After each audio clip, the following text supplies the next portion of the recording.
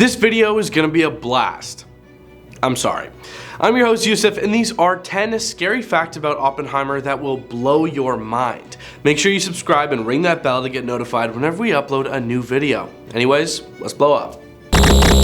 Number 10, at just 12 years old, Oppenheimer gave a lecture on geology. Oppenheimer was a chemistry major at Harvard and eventually achieved fame as a physicist, but his initial scientific passion was rocks and minerals. He was born on April 22nd, 1902 in New York City, and as a young boy, he liked to gather rock samples in Manhattan and the Hudson River Palisades. By the time he was 12 years old, he was typing letters on the family typewriter to prominent geologists about the rock formations he had examined in Central Park. Unaware of his youth, one of these correspondents proposed Robert for admission to the New York Mineralogical Club, and soon after, an invitation to present a talk before the club appeared in the mail. Young Oppenheimer presented the speech with the support of his parents and was applauded for his efforts, despite the fact that he had to stand on a box to see over the podium. Number 9, he studied cosmic rays. Cosmic rays are a puzzling form of radiation that, according to NASA, are made up of electrically charged subatomic particles that crash into our atmosphere, where they are broken up and fall to Earth in even smaller fragments. Oppenheimer may be considered an early supporter. The first of many scholarly articles on the physics of cosmic rays, a relatively recent phenomena that had just been discovered in 1912, less than 20 years earlier, was co-written by him and a student by the name of Frank Carlson in 1931. Number 8, he created the nuclear bomb with little help. When General Leslie R. Groves selected the physicist to lead the Los Alamos National Laboratory, or the LANL, in New Mexico in 1943, he was only 38 years old. He seemed like an unusual choice for the position on paper.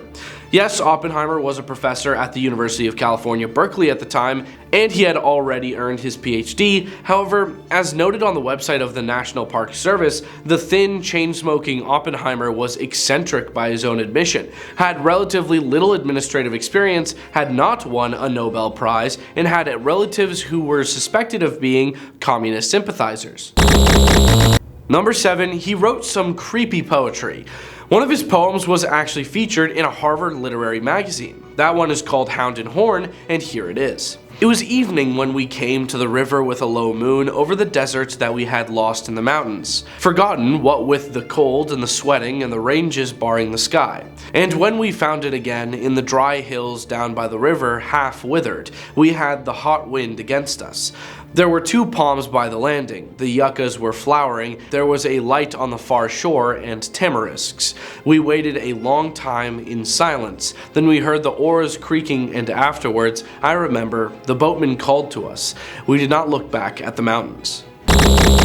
Number 6, when he quoted the BHAGAVAD GITA.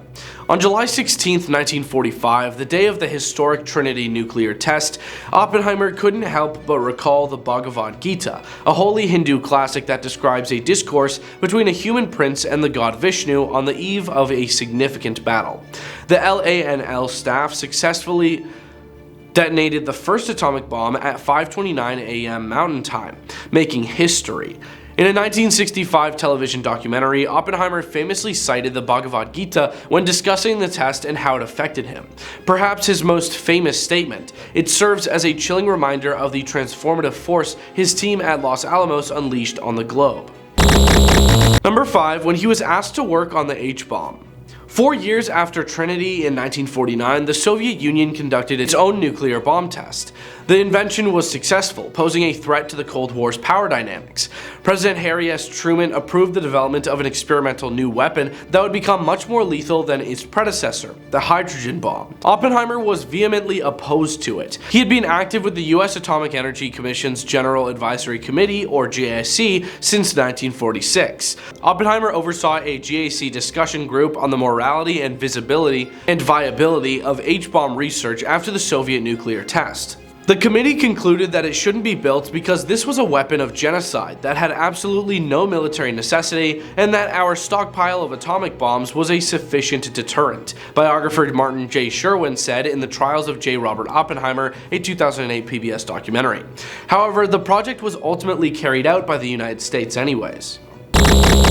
Number 4, he was considered a security risk. Oppenheimer learns that he had been classified as a security risk in a letter from the head of the Atomic Energy Commission dated December 21st, 1953.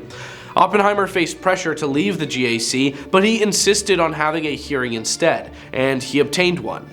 The court case had a rocky foundation from the beginning. The defense suffered from a lack of access because none of Oppenheimer's legal team members had security clearance, which prevented them from viewing crucial records that the prosecution had access to, including information from Oppenheimer's FBI file and some of his own writings. Oppenheimer was the defense's memory, but he frequently restrained himself out of concern that he would accidentally leak sensitive information. According to the website of the Atomic Heritage Foundation, despite acknowledging that Oppenheimer had been a loyal citizen, the panel that will decide his fate decided to remove his security clearance.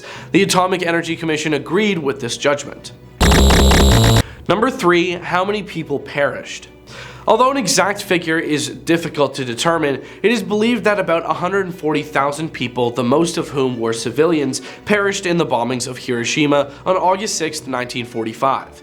These expirations include those who passed due to the force of intense heat of the explosions, as well as demise caused by acute radiation exposure, says Columbia University. Number 2. Two scientists passed away while working on the project. The movie Oppenheimer makes no mention of the fact that two scientists at Los Alamos perished from radiation sickness while conducting tests. The first was Harry Daghlian, who contracted a disease after unintentionally exposing himself to a lethal dose of radiation. Daghlian violated safety protocols on August 21, 1945 when he worked alone on a criticality experiment. He accidentally dropped a tungsten carbide brick on top of a plutonium sphere's core while stacking them around it. He then knocked the block away, exposing himself to a fatal dosage of radiation. After a painful battle with radiation poisoning, he passed on September 15, 1945. Louis Slotin, who was presenting another criticality experiment when he made a mistake and covered a radioactive sphere to protect his colleagues, was the second person to pass at Los Alamos. During the experiment, Slotin accidentally dropped a screwdriver while using it to keep two spheres apart. He exposed himself to about 1,000 rads of radiation while guarding the other scientists, which is significantly more than the deadly level. On May 30th, 1946, only 9 days later, he passed away.